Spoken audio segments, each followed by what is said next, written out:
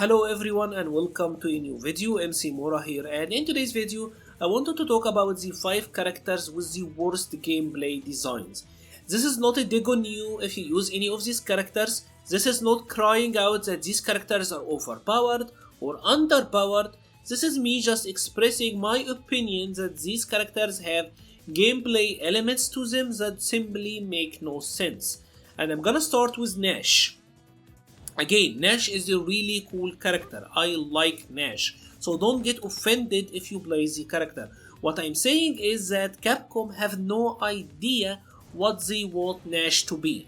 Nash is not really a rushdown character because he lacks the walk speed to actually make it work, and also lacks the mix-ups, right? His mid-screen presence is kinda whack because he have to rely on the medium kick Sonic side, his forward heavy punch, all of which are really punishable, right? Or his dash. Bison have slow walk speed, but he have gigantic range. He have the Psycho Axe, EX Devil Reverse, the knee press, the slide, the EX Fireball. Bison have a lot of tools that makes his neutral work. Nash doesn't, right? So he doesn't excel as a rushdown character. He doesn't excel as a zoning character either. His Fireball are mediocre. His anti-zoning options are not that strong. He only has the V-skill. That doesn't really get to do anything, to be honest. I mean, he can get to absorb 1 meterless fireball. That doesn't make any sense. He does have some good anti-zoning with his V-trigger, but that is just a once per round kind of thing, right? It's not that fantastic. And you can say that you're supposed to play him as a hit and run character, and I guess you can say that, but also his run actually isn't fantastic either. If you look at this, his dash actually is super short. He doesn't move anywhere with the dash. They really nerfed it, right? And I guess you can just swing with the medium kick Sonic Psych, and that is your hit and run game, but that is simply inefficient. He does have some cool elements to him, like the EX Tragedy Assault stealing life, or the regular Tragedy Assault stealing bar, but these feel half-baked as it doesn't play a big role, and most people may not actually even notice it. Nash to me is just a collection of half-baked ideas. He's a character that Capcom clearly have no idea how they want him to be or how they want him to play, and I think it is the main reason that this character have been suffering for the past couple of years. For the second character, I wanted to talk about Karen, and for the most part, Karen is a fantastic character in all honesty. She have really good walk speed, her design about whiff punishing and getting really good conversions out of this whiff punishing and hit confirms, that stuff is excellent. I have no issues whatsoever with that aspect of Karen's design. However, there are 2 elements to Karen that I just do not understand. The first one is her V-triggers. Karen, as I said, in general is a very solid character, very reliant on pressure, footsies, whiff punishment, and hit confirms. So I don't understand why does her V-trigger... Honestly, both of them are just complete gimmicks, right?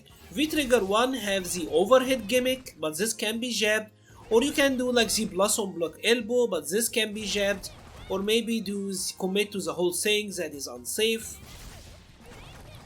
right? It's just a big gimmick that I don't understand why, right? Her crouching medium kick is already hit confirmable. You can say, well, you can do the Rekka and then cancel into the safe backstep, but she already has one of the better confirmable crouching medium kicks. So it doesn't add anything to the character, it just gives her a couple of new gimmicks to play around with. And for a character that is entirely built on whiff punishing, footsies and solid play, having V-triggers that is purely gimmicky is something kinda weird. And this is even a lot worse with the V-trigger 2. This is a She's factory. Her V-trigger 2 is only for She's, right? The idea is to do anything that is unsafe and try to cheese your opponent with a parry into a combo. It is totally stupid, does not fit the character whatsoever.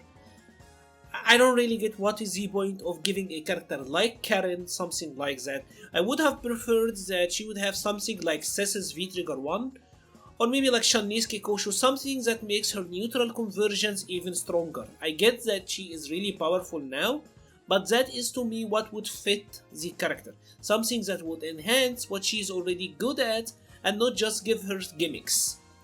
The other aspect of Karen that truly honestly surprised me is her abilities against fireballs. I feel like Karen being able to do this, that is way too much for her archetype. Generally, if you play Street Fighter V, you know that fireballs are a curse. If you have fireballs, you're gonna have a big gigantic flaw somewhere. Like you're either gonna be super with punishable, have short range, or have some really major issues. And Karen having such easy time against fireballs, it just feels wrong. It makes her way too dominant against way too many characters in the cast. I mean, that's my feeling. I don't think she should have a fireball option like that. I'm fine with stuff like the heavy Senha. At least that is a read. Her V skill is fine. That stuff is alright. But punishing a fireball on reaction from like 3/4 of the screen, that feels way too much to me. Like that feels just way too much. And on combos, I'm not a Karen player, so I don't know even the optimal conversions. You get like 300 damage. 300 damage for a reactionary based anti-fireball tools? Come on, man. It just feels like it's way too much, and it skews way too many matchups in her favor. Otherwise, I think Karen is an absolutely fantastic character in all honesty. For the third character, we have Gil. And Gil kinda reminds me of launch Ziku. If anyone here actually remember, when Ziku first launched, he couldn't switch stances after special moves, right? He only had to do it in the neutral or with his V skills, and it always felt like Ziku was missing something. And that is my feeling with Gil. It feels like Gil is missing something, right? It feels like Gil is missing a special move, or like there is a part of his gameplay that just isn't there. I don't know how else to describe it. Maybe like Minette without her soul explosion thing. It always feels like this character is missing something. The idea about Gil is he doesn't have crush counters because he have retribution, right? I guess that's fine. The issue with it is it really ends up just being a V-trigger mechanic, right? Like, you only see retribution for the most part in V-trigger combos. Like, that is pretty much it. In the neutral, you don't really get to use retribution that much. Maybe if you happen to land a crouching heavy punch, and maybe then you can juggle an EX fireball, and then you will get like something going. But for the most part, it is completely useless. I have a couple of ideas that maybe they can do to Gil to just focus on that part of him and make it feel like a real mechanic. Like for example, G's presidentiality level, they actually matter. When G is leveled up, you feel like something threatening is actually upon you, right? While against Gil, honestly, it never feels like it matters because it's so easy to get out of the burning or the freezing state. Even look at the burn damage. Like the burn damage is nothing. Look at how that is like what? That's like 30 or 40 burn damage? That is nothing. And it's the same for the freezing damage. It simply is not doing anything. One of the ideas I had for Gil is to make it so that his heavy normals actually deal the or does the retribution effect. Like his forward heavy kick would be like an EX fireball. It would put the opponent into burn, or the overhead would put the opponent into freeze, or the standing heavy punch would put your opponent into burn, etc, etc, etc. Something to play out the retribution element, because for now Gil is purely a character with no crush counters and no really gameplay mechanic, and retribution is just a V-trigger mechanic at this point, and I think this is severely limiting the character's potential. And now for number 4, we have Mika. Now, this one kinda hurts because Mika is one of my favorite characters in Street Fighter, in all honesty.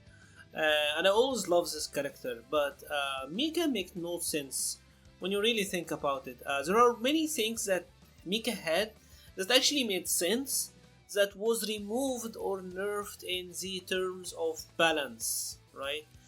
So first, let's actually check him out. The first thing, back during season 1, Mika were able to do crouching light kick, standing light punch, right? Mika have no way to stop her opponents from working backwards, right? She doesn't have a crouching medium kick that is low cancelable.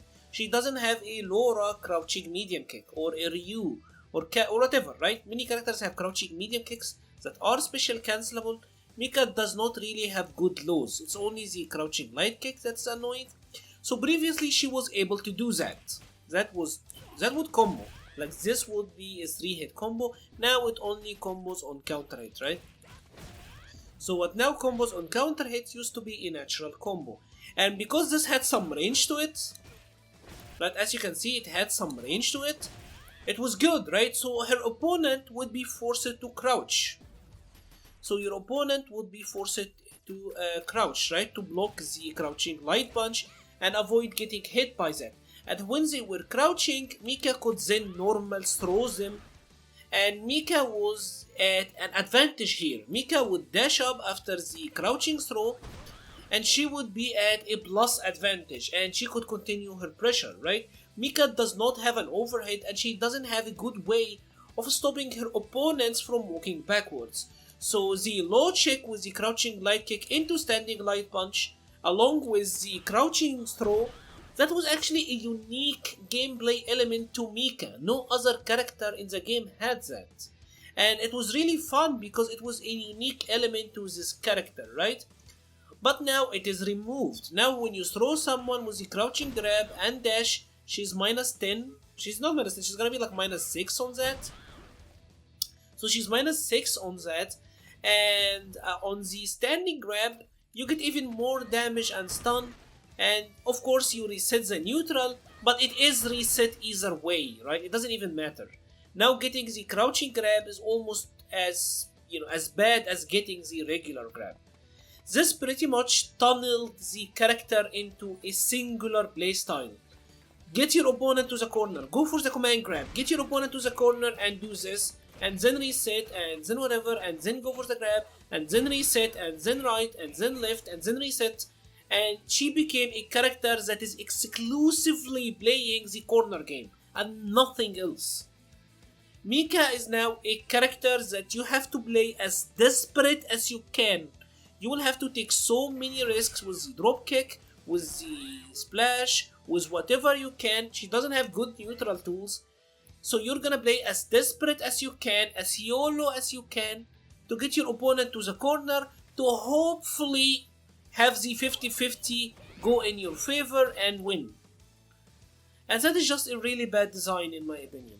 For a character that actually had some sort of mid-screen game, for them to completely strip that away, I think it's just a poor design. I wish they would revert some of these changes. Again, this character doesn't need to be a corner-only character, especially with the V-shift meta. And now for the final character, we have Abigail. Abigail to me is a very interesting design because he feels like he's a big body character that have all the benefits of a big body character and none of the weaknesses. Would it surprise you if I told you that Abigail have easier time versus zoners than a character like Colleen or Chun-Li? Let's set out a scenario like the one we're gonna see right now. Ryu's just gonna throw a Hadouken, right? He can just punch through that, and that's actually gonna be hard for Ryu to punish. And he can actually hit him and actually punish Ryu. The EX run will give him a knockdown into Oki. He can do the flip, right? He can do the back heavy punch. He can even do the back heavy punch cancel into V-trigger activation and get to close the distance. He can even crush counter Ryu like that and still get it. The character having this many anti-fireball tools is mind-blowing to me, right? And not only that, he also have way too much armor, right? Like for example, a move like that one. This have 2 hits of armor, is only minus 9 on block, the range is gigantic, he can V-trigger cancel, and then gets to do whatever he wants, right? He's super hard to whiff punish because his attacks, actually the hurt box doesn't extend as much as you would think, and because of the distance you are whiff punishing him from, it is hard to whiff punish him into something meaningful. You would think that he would get mauled on defense, but he have a parry. His 4 frame actually have gigantic range. He have EX armor on frame 3. He have almost all the tools that a good defensive character might need, and actually have a really good jump that is kinda hard to cross up. Overall, Abigail is fantastic in all honesty. I just wish that they would tone him down a little bit. Like, he needs to struggle against zoning. A character like him shouldn't be a good matchup versus zoning characters. You have someone like Daigo telling you that Guile loses to Abigail. Daigo said that Guile loses to Abigail. And with that note, this is gonna be the end of the video. If you have enjoyed this video, please leave a like or a comment. I would love to hear your thoughts in the comment section below. Again, these are just my thoughts. Doesn't mean that this character is overpowered or whatever. It just means that their designs are weird, lacking, or are kinda nonsense. Thank you very much for watching and stay safe.